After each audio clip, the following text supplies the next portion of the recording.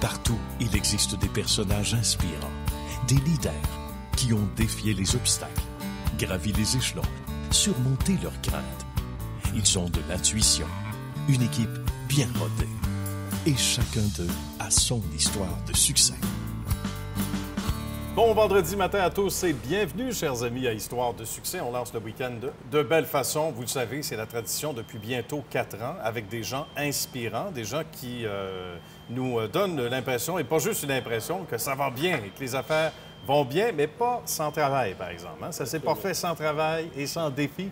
D'abord, Jeff Legouy, qu'on salue, qui est à ma gauche. Comment ça va? Ça va bien, merci Nicolas pour l'invitation. C'est un grand plaisir d'être là. Ça fait plaisir. Dans un beau domaine, qui est l'architecture. Exactement, l'architecture résidentielle, plus précisément. On se jase tantôt, reste pas loin. Les deux Martins ici. Comment ça va, messieurs? Ça va très bien, merci. Oui, Martin Leclerc, d'abord, de Service Fourgon Montréal. Bonjour, Oui. Martin. Bien, bonjour. Merci d'accepter l'invitation. Plaisir. Et notre ami Martin, que vous allez voir, un autre Martin, Fournel, celui-là, dans un tout autre costume dans quelques minutes. Comment ça va? Effectivement, ça va bien, toi, Ça Nicolas? va bien, merci. Martin qui est pompier de profession et encore plus, vous allez comprendre le plus tantôt. On se tourne donc du côté de Jeff, chose promis étant chose due, qu'on est allé rencontrer ces derniers jours et on regarde ce que ça donne.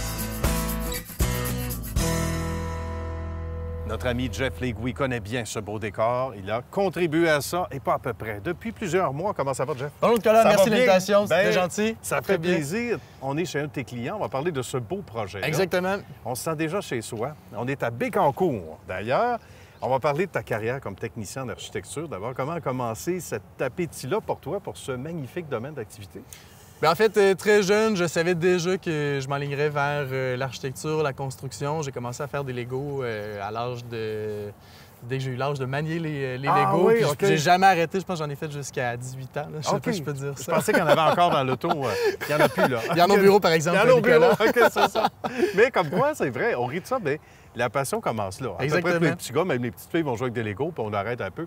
Mais quand ça continue, comme quand on aime ça travailler, bon, qu'il y a une enregistreuse ou quoi que ce soit, ou certains programmes d'ordinateur, puis que ça nous suit, ça veut dire qu'il y a un amour, il y a une passion pour un domaine. Là. Donc, Exact. ça faisait Donc, pas exception. Très jeune, je savais que je m'alignais dans le bâtiment. Good. C'est un peu plus tard qu'au secondaire, je commençais à dessiner, puis je dessinais des maisons, puis je m'intéressais quand Ah, même oui. beaucoup à l'architecture, jusqu'à temps que je tombe dedans dans mes études, puis qu'après ça, je décide d'en faire une carrière. C'est assez extraordinaire. Il Ouais. n'y a rien qui t'a déçu parce que des fois, quand on arrive à l'école, puis on est sur le bout de notre siège hein, ou Ouais. sur notre banc d'école, puis on dit « Ah, OK, c'est ça. J'avais un rêve avant, je l'ai, mais là, c'est un peu trop cartésien, etc. » T'as pas eu de déception? Bien, je vous avouerais qu'avant de partir mon propre bureau, j'ai travaillé pour quelqu'un d'autre. OK. Puis, bien évidemment, il fallait faire avec les standards de l'entreprise, puis on avait les projets qu'on ne choisissait pas forcément. Oui, c'est sûr, ça vient avec. Donc, j'ai commencé à faire des projets on the side la fin de semaine pour Ah oui, moi-même. OK. J'ai eu la chance d'avoir des parents qui étaient dans le domaine de la construction. OK. Mes parents étaient entrepreneurs. Puis, donc, très jeune, j'ai baigné là-dedans.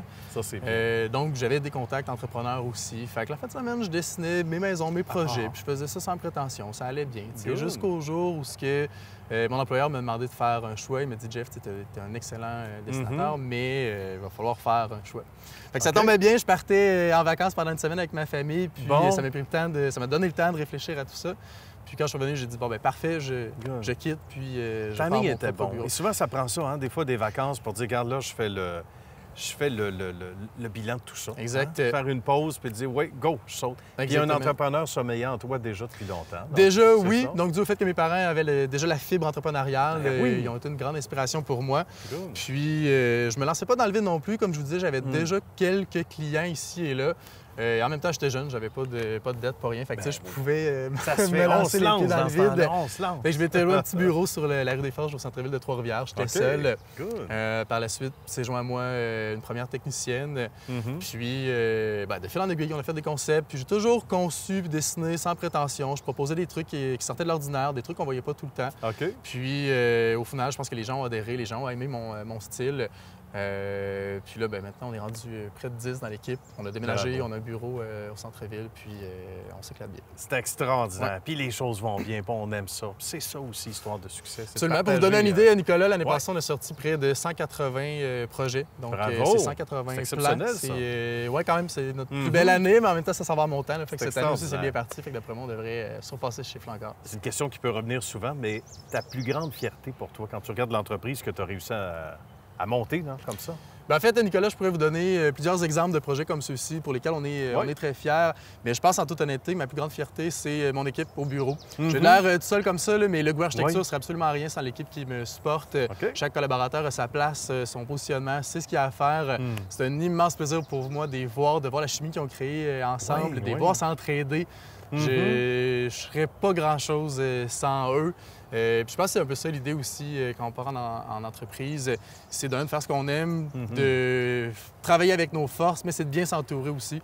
C'est ce que j'ai réussi à créer au bureau avec l'incroyable équipe que j'ai. Je les salue d'ailleurs. Tout à fait, on les salue. Ils sont de grande aide au bureau. Ben oui, ça en prend qu'ils travaillent au bureau pendant ce temps-là. Puis c'est vrai que c'est une affaire d'équipe aussi, parce que les idées de un, d'une, etc., c'est un mariage de plein de bonnes idées puis de solutions, surtout en bout de ligne. Exactement. Je peux pas tout faire parce qu'il y a tout le côté technique, le côté comptabilité, le côté répondre au téléphone.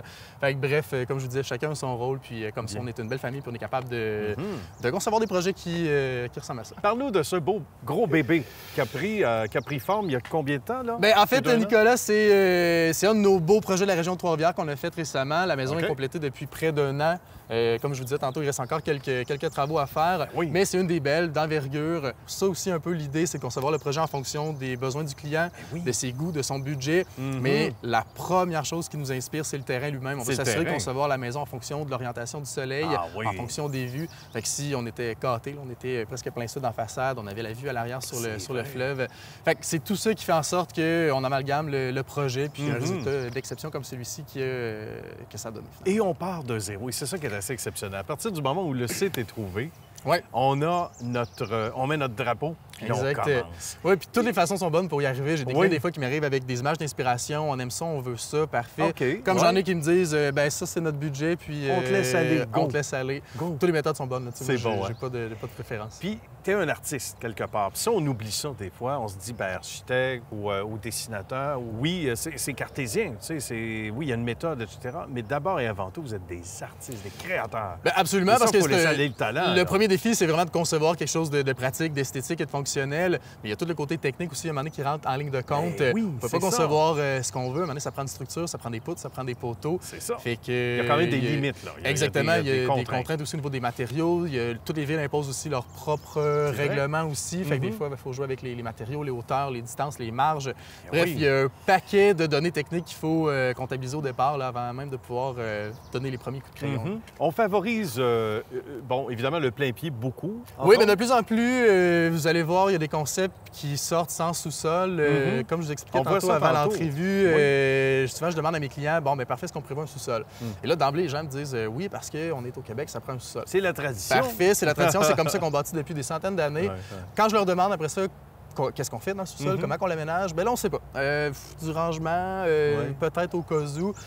Fait qu'on se rend compte finalement souvent que le sous-sol, après 10 ans, il servait à rien. Puis un des trucs que j'aime moins avec le sous-sol, c'est que ça surélève la maison. Fait qu'on perd le contact avec le sol, on sort de son patio, il faut descendre des marches. Fait ici, dans ce cas-là, on est complètement au niveau du sol. C'est la force du projet aussi, c'est d'accéder, puis comme on disait tantôt, le terrain est exceptionnel, puis vous allez le voir tantôt à l'arrière. Mais on voulait accéder à la terrasse, à la pelouse, au fleuve. C'est vraiment tout au même niveau, donc on a un contact privilégié avec le sol. Le vrai sol, le plancher des vaches. Oui, exact. C'est assez exceptionnel. Jeff, ça a été un plaisir. Un grand plaisir, Nicolas. Merci pour ce beau succès. Félicitations. Et longue vie également à l'entreprise et à des beaux projets comme ça. Merci, c'est bien gentil. Merci, à bientôt. Martin Leclerc, d'abord, à sa question pour Jeff. Moi, de quelle façon que tu verrais les grands défis que tu voudrais réaliser dans ton entreprise, maintenant? En fait, le défi en architecture, c'est pas tant un défi, mais c'est plusieurs petites choses à respecter pour, au final, avoir un résultat qui est intéressant. Il faut respecter, bien évidemment, les besoins du client, les goûts du client, son budget, qui est très important, parce que trop souvent, vous savez, le client a beaucoup d'idées, il y a beaucoup de demandes, mais il faut concilier tout ça dans un budget respectif. Il y a toutes les contraintes de la ville aussi. Chaque ville a ses propres contraintes, a ses propres exigences, donc il faut concilier tout ça. Le terrain aussi, parfois, surtout quand on travaille des projets à Montréal, les terrains sont moins larges, sont plus profonds. Donc, c'est de concilier tout ça. Puis au final aussi, au-delà de faire un projet qui est pratique, esthétique et qui correspond aux normes, il faut aussi que techniquement il se tienne. Donc, il y a tout le volet technique après la conception donc la structure, la composition des murs, le respect des normes énergétiques. C'est tout ça qui fait qu'au final, on a un projet qui se tient puis qui est complètement exclusif à la fin. Il faut vraiment savoir s'adapter constamment. Martin Fournel, maintenant. Moi, Jeff, j'aimerais ça savoir, c'est quoi tes grandes inspirations? Les grandes inspirations, Martin, en fait, à prime abord, on part avec le client lui-même. Tu sais, c'est la première rencontre quand le client vient s'asseoir. Ce que je veux, c'est apprendre à le connaître. Donc, je lui demande son mode de vie, je pose des questions bien personnelles des fois, mais ça fait partie de la game. Je veux savoir quand le client se lève, quand il se couche, c'est quoi son mode de vie avec sa famille. Donc, ça, c'est pas mal la première chose qui m'inspire. Au-delà de ça, c'est sûr qu'il va toujours me montrer aussi des images d'inspiration. Il va me montrer ce qu'il aime en termes de look, d'architecture, de volumétrie. Mais aussi le deuxième point qui est bien inspirant et qui est, tant qu'à moi, le plus important, c'est le terrain. Ça me prend absolument le terrain à prime abord pour commencer. On peut voir comment le soleil la course du soleil. En fait, on peut concevoir les pièces en fonction de la course du soleil, en fonction des vues aussi, des voisins. On peut garder une intimité aussi. Fait que le terrain, les besoins du client, je pense que c'est mes principales inspirations, Martin. Que c'est intéressant. Bravo. Parlons de métiers intéressants dans un tout autre domaine. On se tourne du côté de Martin. Absolument. Martin Leclerc qu'on est allé rencontrer et on vous présente ce reportage. Chez Service Fourgon Montréal avec Martin et François. Comment ça va, messieurs? Très bien, merci. Toi, Nicolas? Ça va bien, merci. Merci de ta visite. Eh bien, ça fait plaisir et c'est intéressant comme domaine. On va parler de la particularité parce que vous autres, les gars, vous faites des choses qu'on ne fait pas ailleurs. Et ça, c'est important. C'était le leitmotiv de départ, Martin, j'imagine? Absolument. Service Fourgon Montréal est dans la fabrication de fourgons en tant que tel. Ben oui. Et puis, c'est une jeune entreprise, mais derrière cette jeune entreprise qu'on a créée en 2018, se cache au-dessus de 25 ans d'années d'expérience dans la fabrication et réparation. Alors qu'on a décidé en 2018, on veut faire les choses à notre façon. Alors, c'est le pourquoi qu'on a créé cette entité-là. Et le pourquoi qu'on est ici, parce qu'au-delà, comme tu l'as bien dit, Martin, de la jeune entreprise, il y a vos bagages respectifs et le bagage de gens qui vous ont suivi aussi. Et ça, c'est important. Qu'est-ce qu'on y fait au quotidien? Parce qu'on va s'adresser tantôt à François, qui est l'artiste, celui qui dessine ce qu'on voit en arrière. Mais qu'est-ce que fait Service Fourgon Montréal au quotidien? Ça ressemble à quoi une journée type, par exemple? Une journée type, ça peut ressembler, c'est que lorsqu'on a un besoin, on a une demande de solution d'un client, notre façon de faire à nous, c'est de comprendre qu'est-ce que le client va faire avec son produit. Oui. C'est quoi qu'il va transporter. On va jusque-là et on se démarque à aller chercher chez lui sa façon de faire, sa logistique. Et puis là, à partir de là, bien, je l'expose à François. Comment est-ce qu'on pourrait aider notre client qui expose son genre de travail avec ça? Ben oui. On l'aide, on lui propose cette version-là au client. Le client il dit « Wow, c'est la première fois qu'on m'offre ce genre de type de service-là. » Et les gens apprécient beaucoup. Et puis, en plus, on pousse les choses un petit peu plus loin. Au niveau des services après-vente sur garantie, on l'effectue chez le client. Fini de déplacer des véhicules. On est 2 unités mobiles chez nous. Ben oui. Le client nous appelle, on se dirige chez le client, on fait les réparations, on repart sans frais. Que c'est merveilleux. Et ça, j'imagine, ça doit aider ton travail, François, beaucoup, d'être sur le terrain pour voir, justement, avec ta planche à dessin, et dire, regarde, sur le terrain, je peux voir comment les véhicules sont utilisés, quel est le véritable besoin du client. On pense beaucoup que dans le transport, le client, c'est juste du transport de marchandises. Mais beaucoup de nos clients, c'est des unités de service, c'est des unités de réparation. Les clients s'en servent pour travailler. Alors, comment que la personne qui s'ajoute un camion travaille avec lui? Alors, à ce moment-là, on peut le conseiller. Est-ce qu'il passe souvent par la porte? Est-ce qu'il monte souvent les marches? On peut le conseiller de façon à ce que son travail soit plus agréable. J'imagine, puis vous devez faire sauver des sous à certains clients aussi, parce qu'il y en a certains qui ont les idées plus grandes que la panse, comme disaient nos aïeux, nos ancêtres. Et à un moment donné, peut-être que vous autres même, vous êtes à même, et peut-être, surtout François, on peut en parler un peu là-dessus, puis je vais entendre Martin également, de dire, ben oui, mais vous n'avez peut-être pas besoin de telle dimension ou de telle autre, optez plutôt là-dessus, puis vous allez sauver des sous aussi. Exactement. Certains clients ont des idées de grandeur. On peut leur conseiller quelque chose à moindre prix, qui vont être aussi beaux et aussi prestigieux, qui vont remplir parfaitement ses besoins. Martin, qu'est-ce qu'on entend le plus souvent de la part des clients comme ça, qui apprécient cette honnêteté-là? Parce que c'est aussi ce qui fait que vous êtes à Histoire de succès, vos bagages respectifs, le bagage, entre autres, de Martin aussi derrière toutes ces années, même si on est encore jeune. Qu'est-ce qui revient le plus souvent dans les commentaires des gens? Bien, de quoi ça va de l'air? Oui. On a la chance chez nous d'avoir une équipe d'ingénierie où on va pouvoir proposer aux clients non seulement un papier levé, mais on va avoir une nomenclature en tant que telle, où on va voir le produit, qu'est-ce qu'il va avoir de l'air réellement. Ça, c'est intéressant. Fait que là, le client réalise réellement ce qu'il va avoir entre les mains, puis comment est-ce que ses employés vont travailler avec cette unité-là en tant que telle. Les résultats sont spectaculaires, souvent. Et quand on est artiste et quand on contribue au beau travail, on est plus ou moins surpris de la satisfaction. Et il y a plusieurs, pour ne pas dire l'ensemble des clients, Martin, à travers les années, François, qui ont dû dire, et même dans cette nouvelle aventure-là d'il y a un peu plus d'un an, qui doivent dire « Wow, c'est extraordinaire ». Même si on a le visuel avant, de le voir et de voir le résultat, ça doit être assez intéressant, la réaction des clients. Nicolas, on est deux passionnés de notre métier. J'ai un volet pour ma part que j'ai eu la chance pendant au-dessus de 18 ans d'avoir partie d'une équipe qui a fait la fabrication de camions-citernes. OK. Alors, oui. il y a beaucoup de technologies qu'on a voulu retirer du camion-citerne. On l'a intégré au camion-fourgon. Ça donne des résultats wow. Oui, j'imagine. On Et veut unique changer aussi. les choses. Unique, oui. Oui, unique. unique en notre partie. Hein? Et le référencement fait ses petits, m'a-t-on dit aussi chez vous, là. Oui, Beaucoup. absolument. Hein? Écoutez, en étant une petite entreprise, il y a des grands de tout ce monde qui occupent ce marché-là. Alors, pour pouvoir se démarquer, évidemment, on a dû s'utiliser les affaires ingénieuses. Ah oui, Et c'est puis certain, hein? On a assemblé les idées ensemble. François est un gars ouvert d'esprit. On a tout de suite combiné nos efforts ensemble. On veut réaliser notre rêve, puis on le fait. Aujourd'hui, ça nous... Ça rejaillit, hein? Ça rejaillit Absolument. sur vous autres. Et bravo, encore une fois, chapeau. Il y a un beau partenariat qui existe avec des gens qu'on salue. Martin? Absolument. On est très, très, très fiers d'avoir un partenariat avec les boîtes de camions dynamiques qui sont situées au Nouveau-Brunswick, à Saint-Jacques. Oui. En fait, eux autres, c'est une entreprise qui en fabrique une quantité de 5 à 600 fourgons par année.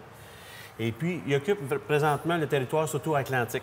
D'accord. Alors, ils nous ont approchés, qui seraient super fiers d'avoir comme équipe François et Martin, l'équipe de service Fourgon Montréal, à Montréal pour faire un déploiement majeur. Alors, on offre encore, en combinaison avec boîte de camions dynamiques, une gamme de produits qui est très, très, très grande. Qui est en tant que encore telle. plus Absolument. élargi, on va le dire. On comme vous ça. invite de venir voir notre site Internet. Ben, À partir de là, c'est vous allez avoir certain. accès à tous nos produits. On va Et pour aller les voir ça. propriétaires des camions dynamiques déjà existants à Montréal, on s'occupe du service aussi sur place au même Ah, ça, titre c'est que bien, ceux de ça. Fourgon Montréal. Donc, ça fait un beau point de chute ici. Absolument. Exactement. Comment ça se passe pour un client, là? Les gens qui sont à l'écoute en ce moment, qui disent « Hey, moi, j'ai un besoin particulier ». On invite d'abord François. Bien, Comment en ça fait, fonctionne? c'est que la première étape, c'est que je soutiens les besoins du client. Oui. Je prends la peine de me déplacer. OK. Je regarde déjà les unités qui sont sur place. Ben oui. Et puis, avec les demandes du client, j'examine un peu le camion.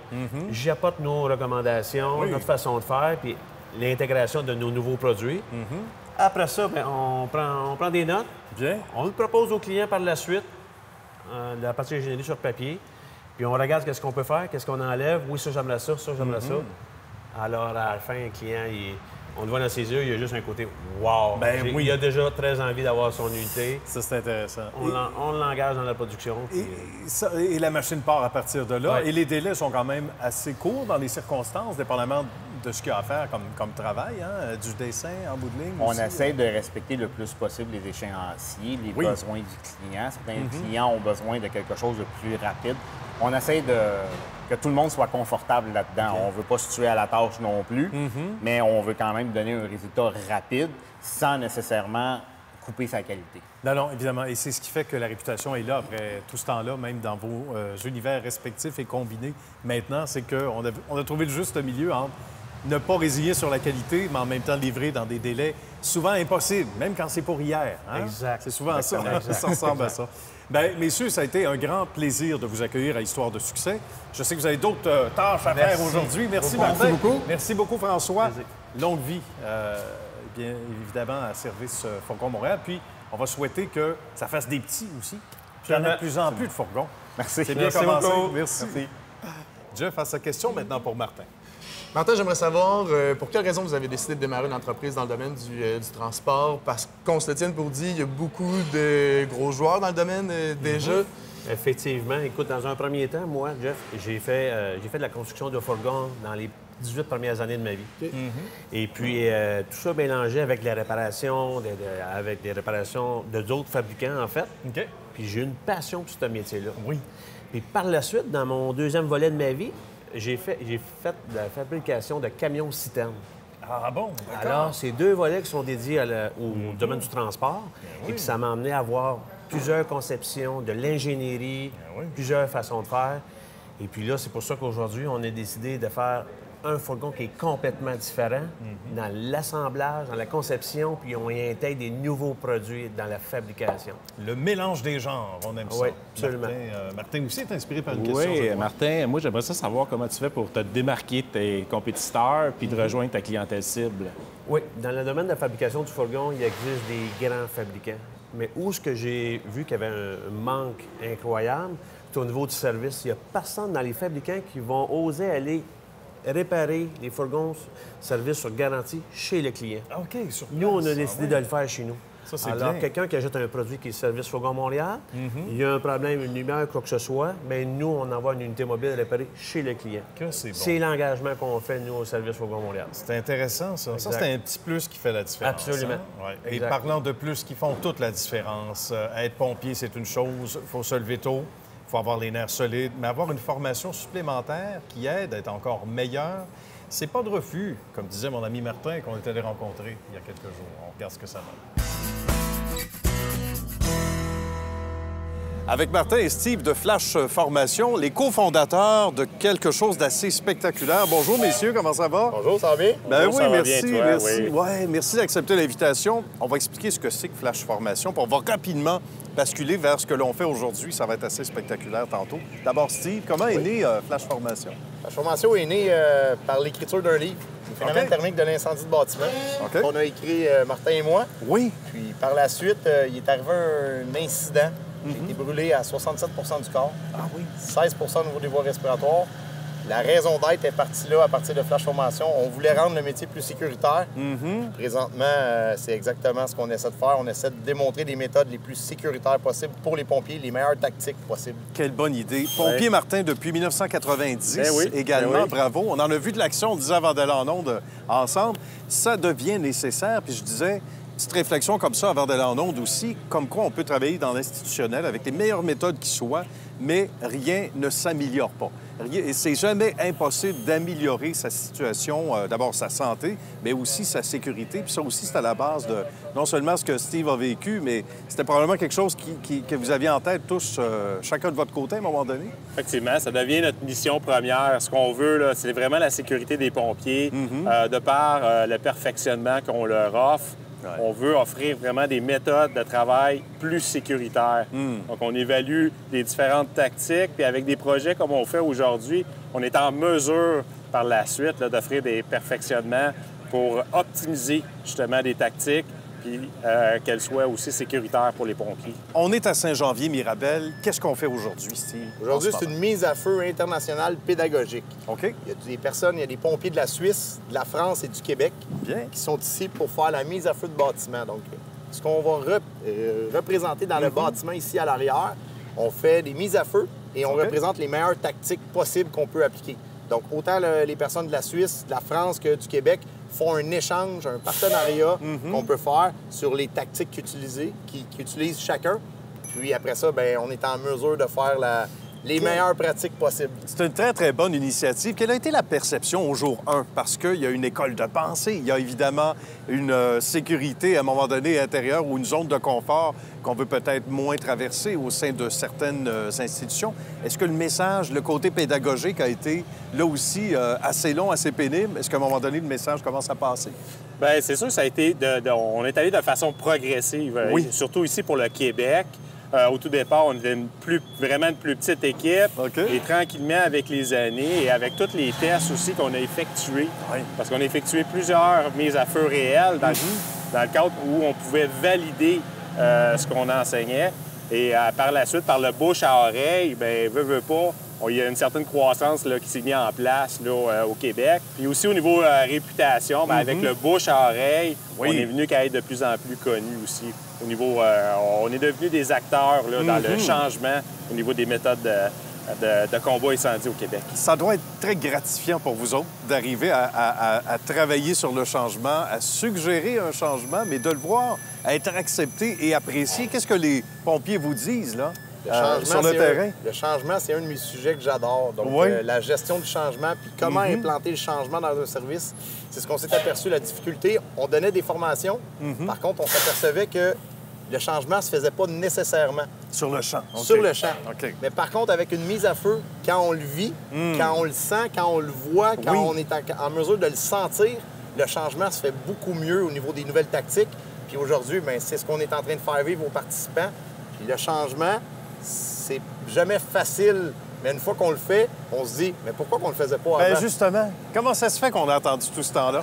Est-ce que c'est assez récent comme méthode en terminant, Martin et Steve? Est-ce que c'est assez récent, toutes ces nouvelles méthodes, ces nouvelles tactiques, ou ça fait quand même un petit bout de temps qu'on les à peu connaissait? près, le changement s'est mis en place au début des années 2010. OK, Tranquillement, quand même. fait le temps. Et on a eu accès aussi à des études scientifiques en situation réelle. Bien. Ils nous ont fait comprendre beaucoup de choses. Maintenant, c'est un travail de longue haleine là, à diffuser là, pour l'ensemble des pompiers du Québec. Mais on en profite cette semaine quand on a quand même 10 pompiers du Québec qui sont Quand même, ici, bravo. de diverses régions. Fait que on crée avec eux là, d'excellents agents de changement pour leur service à eux. Là. Bien. On me dit qu'il y a du boulot qui vous attend, les amis. Merci Oui, beaucoup. Et effectivement. merci Merci pour cette belle formation. Merci beaucoup. Ces belles initiatives Oui. également. À très bientôt. Et place Merci. au côté spectaculaire également. Merci. à Au vous. revoir. Lunettes Dépôt a pour mission d'aider les adultes qui effectuent un retour à l'école et dont la situation financière est difficile, pour leur permettre de se concentrer sur leur réussite académique, la tête tranquille. Visitez le site web lunettes-dépôt.ca pour de plus amples détails et pour connaître l'emplacement le plus près de chez vous. Lunettes Dépôt, pour une meilleure vision du futur. D'un Martin à l'autre, maintenant. La question pour Martin Fournel. Ben oui. Martin, ça serait quoi la plus grande force chez Flash Formation? Bonne question, Martin. Écoute, notre plus grande force, je pense, c'est le professionnalisme de l'équipe d'instructeurs. Ce sont tous des gars qui sont passionnés par ce qu'ils font. Ce sont des gens qui croient et qui adhèrent à la mission de l'entreprise en premier lieu, qui est sauver, si on veut, la vie des pompiers et aussi sauver les biens des citoyens. Donc, je pense que les Flash, c'est notre plus grande force. C'est vraiment notre équipe d'instructeurs. Jeff, maintenant. Je voulais savoir, en fait, dis-moi si je me trompe, Martin, mais il existe déjà des organismes publics pour former les pompiers. En quoi vous vous distinguez, en fait, de ces organismes-là qui les forment déjà? Bien, étant une entreprise privée, Jeff, c'est qu'on a accès à beaucoup de recherche et développement. C'est nous autres qui fixent le cadre de notre recherche et développement. Puis nous autres, notre but, c'est de rendre le métier de pompier plus sécuritaire. Fait que pour ça, on se promène partout à travers le monde. On va chercher les meilleures façons de faire un peu partout. On les ramène ici, on les teste sur le terrain en situation réelle. Puis par la suite, bien, on les adapte en formation. Je comprends. Que c'est intéressant. Et c'est intéressant dans vos milieux respectifs. On ne saurait vous quitter, messieurs, sans vous demander vos sites web. D'abord, mon cher Jeff. Eh bien, c'est facile, c'est legouiarchitecture.com. Tout simplement. On aime ça quand c'est simple. Comme chez Martin aussi. Ça existe aussi chez nous, le Oui. site web, Oui. commercial sfmontréal.ca. C'est bien. Un site web qui vient dans un gros fourgon. Oui, Gros absolument. comme ça. Gros Exact. comme ça. Mon cher Martin. Et nous, c'est flashformation.com. Très bien. À nouveau, merci d'avoir partagé un petit café dans une belle tasse, histoire de succès, directement du Sterling au Centropolis Laval. Merci à vous trois, les amis. Merci, à Nicolas. très bientôt et merci à vous d'avoir été là la semaine prochaine.